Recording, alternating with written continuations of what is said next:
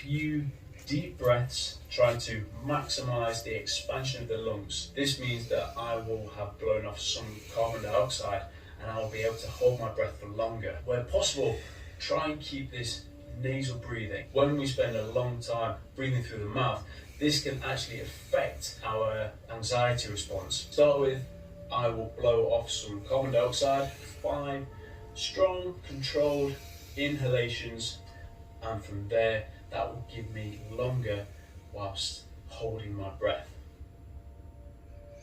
On the final exhalation, I will think about doing a strong inhalation, but without allowing any air to come through my nose or mouth. Breathe out, breathe out, breathe out. And it can help to be let over.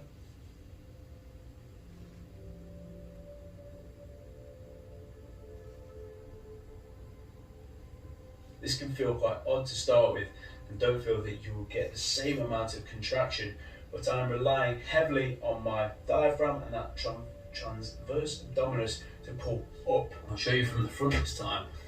Notice how I put my hands internally rotated on my thighs to apply the pressure. Exhale, exhale, exhale. Squeeze the abdominals and then think about drawing up, applying pressure on the quads.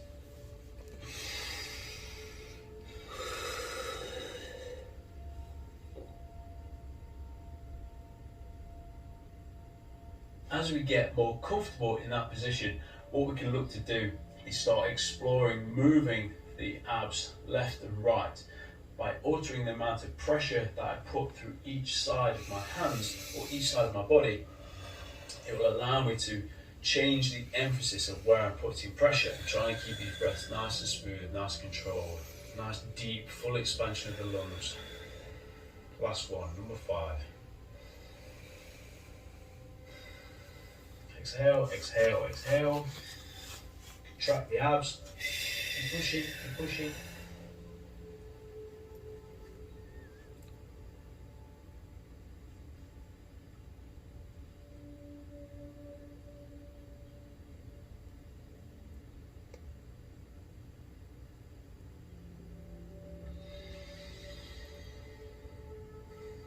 You'll notice that the more you move, it will reduce the amount of time you can hold your breath. But don't be disheartened that as soon as you start trying to put in more movement, that your overall time is drastically reduced. So now I'm going to bring the cushion back in and see if I can do it on the floor. You don't have to be in this sort of half lotus position.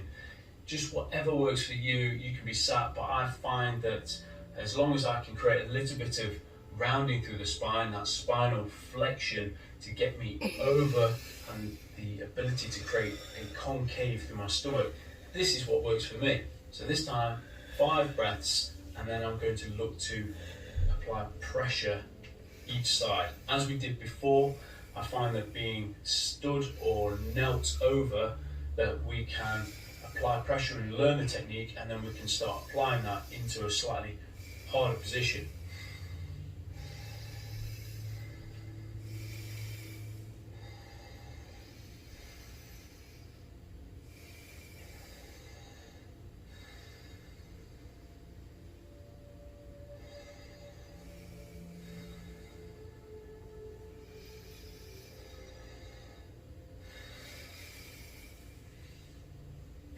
All the way out.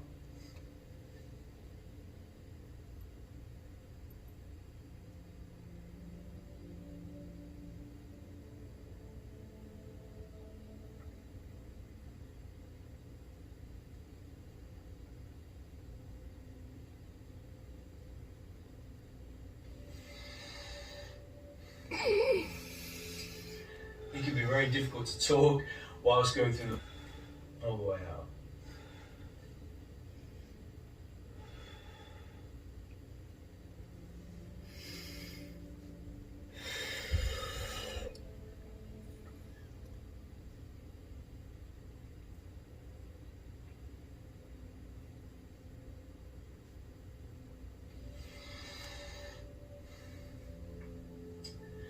It can be very difficult to talk whilst going through the motions, but as you'll see, I am now actively trying to